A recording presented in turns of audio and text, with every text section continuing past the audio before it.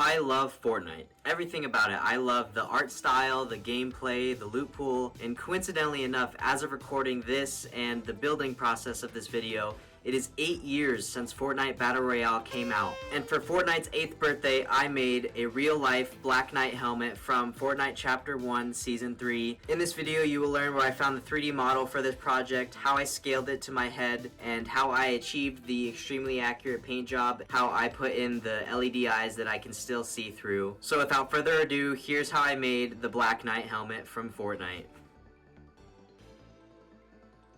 I started out just by looking up Black Knight 3D models on Google, and I found a really good one on colts3d.com. I made sure that it was accurate to the in-game model, and it also had a removable faceplate, which was nice. It was made by this guy, Shepherd Creations. Really great model, like I said, go check it out. Then using Simplify 3D, I just took a real quick look at each individual model to make sure that there was no geometric errors or anything that really stood out to me, and since everything looked great, I could move on to using a 3D scan of my own head, which I took a long time ago, so I was a little chunkier than I am now, but it still provides as a good point of reference for scaling the helmet down to my head. I just play around with the model, moving it up and down in scale until I find the right balance of it being snug enough to not look too big on my head, while also making sure that there's enough room to add a little bit of padding come the end of the project, just to make sure that it's a comfortable wear. I scaled down the helmet to about 95% of its original scale, and I found that that would provide the best fit looking at the 3D model. I also used this tool that allows me to see the inside of the helmet in my head to make sure that there really is no serious clipping between my head model and the model of the print. After having figured out the scale, I now imported the models into Orca Slicer. I used two different slicers because I feel for scaling, Simplify 3D is way better, and for exporting and really everything else, I use Orca Slicer. I just check the orientation and support generation of each part to see if it's best fit for printing, and then I can go on to export the model onto a USB drive. For the main portion of the helmet, it really wasn't any different from the faceplate. I just go around orienting everything. The only thing different I did was put support blockers on the inside of the helmet, because most 3D printed helmets don't actually need supports on the inside, and if anything, that can cause more problems for your print to turn out well. I then go on to export it onto the same USB drive so that they can both be printed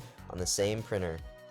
Come time to print the models, I actually realized I didn't have enough filament to print both parts, so I had to order red PLA from Amazon. I just get this 2-pack for around $29 each time, sometimes it's on sale. But now we have to wait a couple of days for the filament to arrive before we can actually print the parts, and in that time let's establish the main goals for this helmet and what I want to achieve when building it. Since it's Fortnite's 8th birthday, I really want to go all out on the helmet. I want it to be extremely accurate to the in-game model, which I covered with where I found the 3D model, but I will further go into how I achieved the paint job. I also want it to snugly fit my head, which we've already covered, but mainly I want it to have the red glowing eyes from the game just to really nail the accurate in-game look. With the standard set and the filament having come in only one day, I actually was able to print out the faceplate and the main portion of the helmet extremely quickly, as my printer, the Creality K1 Max, is a great printer. It's a little pricey, but it does the job amazingly. The main portion of the helmet also came out great, even with the lack of inner supports. Sometimes, like said, it can cause clipping if there's anything on the inside, and that's not good. Both of the main parts of the helmet have now been printed, and I can just take a look at it. I roughly put them together using masking tape. And for the moment of truth, it's time to see if the helmet fits me, and it does, which means that I did an excellent job scaling it down using my 3D head model. But we still have a long ways to go before we can paint the helmet, because FDM printers leave very noticeable layer lines that need to be sanded down and smoothed. Using 60 grit sandpaper and an electric palm sander, I start to knock down the main chunk of the layer lines left by the printer.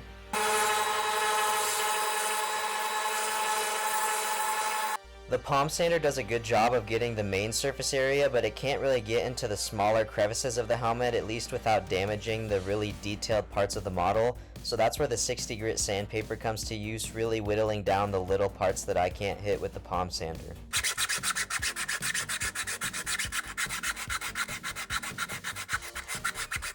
I then go over the helmet with 220 grit sandpaper to further smooth out the details so that it can be ready for its first layer of filler primer.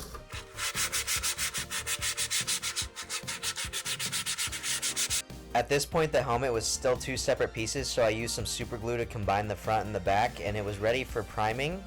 But not until I printed out the little tiny gem pieces that go inside the faceplate. I made sure to print them in a bit higher of quality so they came out better, and then I slid them into the faceplate using super glue as well.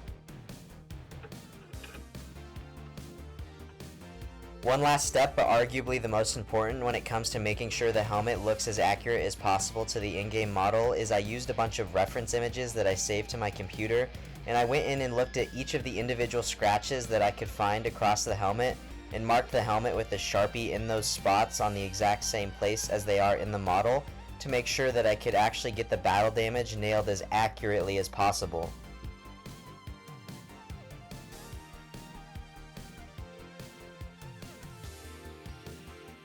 Using my hot knife with an X-Acto blade bit, I then went in and carved out the scratches where I marked with the Sharpie, and it came out looking great and extremely accurate, which is all I'm really hoping for. With all the preparation out of the way, it was now time to prime the helmet using Rust-Oleum's 2-in-1 filler primer. This is what I use for almost every single one of my projects. The primer does a good job of filling in majority of the layer lines, but it still misses some of the pieces of the helmet that have really bad layer lines, like on the inside of the visor and some of the harsher overhangs of the model. Because of this, I use Bondo spot putty and a rubber glove to apply the Bondo all over the harsher parts of the helmet that couldn't be filled in with the filler primer. The layer of Bondo then needs sanded down using 220 grit sandpaper. I do this bit of sanding outside because it can be really messy. It is now time to hit the helmet with the second layer of filler primer. At this point in the build, the helmet is already pretty smooth, but not smooth enough to actually be painted, so I will wet sand it using 1000 grit sandpaper and some water.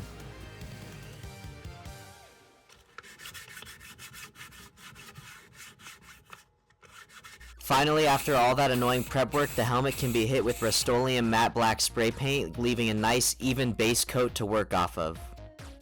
For the smaller red details seen on the fin and sides of the helmet, I used masking tape to basically create a stencil off of the model, and I did this by just tracing out the basic shape, kind of eyeballing it using reference images. It is also important to note that I did this step while the helmet was still in its primer stage so that I wouldn't damage the matte black base coat.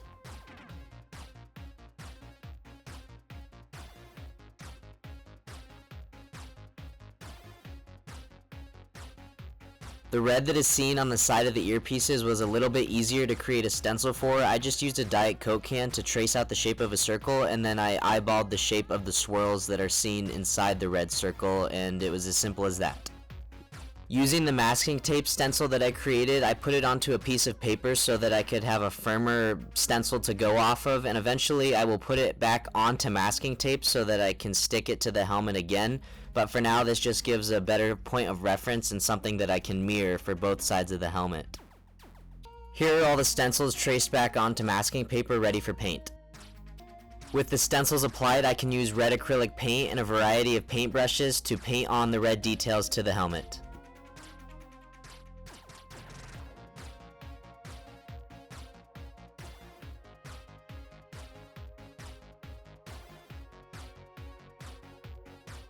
The same exact process was repeated for the side pieces of the helmet. Using more tape, I masked off each of the gems on the faceplate and used more red acrylic paint to paint those gems red. At this point, I could have left the paint job alone as it was pretty good, but the in-game model actually has some dirtiness and some splotches to it. So using a mixture of acrylic paints, I watered them down and brushed it all over the helmet and wiped it off with a paper towel to kind of just get some dirtiness in the crevices and cracks of the helmet.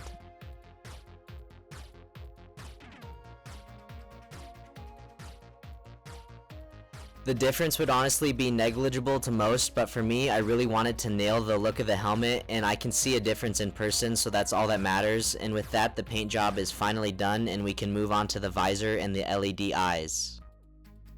Using my hot glue gun and a piece of black fabric, I traced the shape of the visor and cut out a piece of fabric in that shape so that it could be slid in, and I cut eye holes so I could see out of it to kind of give that shadow look of the skin in game. Then using cosplay LED eyes that I ordered off of Amazon, I took the bulb out of the lens so that it would look more like a bright red pupil as it does in the game rather than a dispersed light effect through the entire lens. But for the most part, the helmet is done. I put some padding in to kind of cushion my head. But with all that said, the helmet is finished. Here is the Black Knight.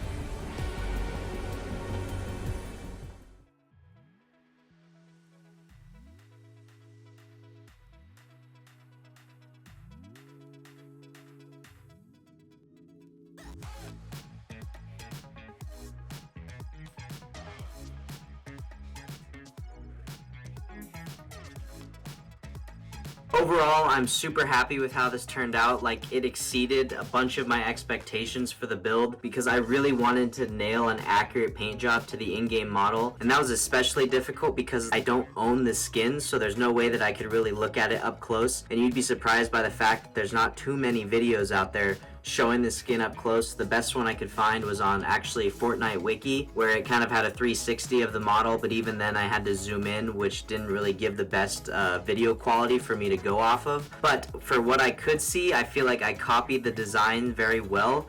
The gem actually has like accurate paint chipping to the model. I tried to match the scratches the best I could. I even used a bunch of different painting techniques like dry brushing and using watered down paints to give the smudged look that the in-game model has. The LED eyes I can see out of. I'm super happy I was able to achieve the look of the glowing eyes because I feel like that kind of completes the entire helmet, and without it, it's not as recognizable. But when you look at this thing, you immediately think of the skin for anybody that's played Fortnite, and it makes me feel so happy to know that I actually have the helmet, especially happier because I don't have the skin, so I can say at least I have a real version of it in real life. But if you enjoyed this video and you want to see other builds from Fortnite or anything else kind of like the stuff I've made before, Batman suits, Flash helmets, Spider-Man masks, whatever you would like to see, I can do it. So maybe leave a couple comments down below giving me suggestions of what to make next or what to make in the future so that I can keep entertaining you guys and keep making these videos, because I love making stuff like this. It really tests my creativity and my artistic ability, and I feel like as a challenge, this really did challenge me,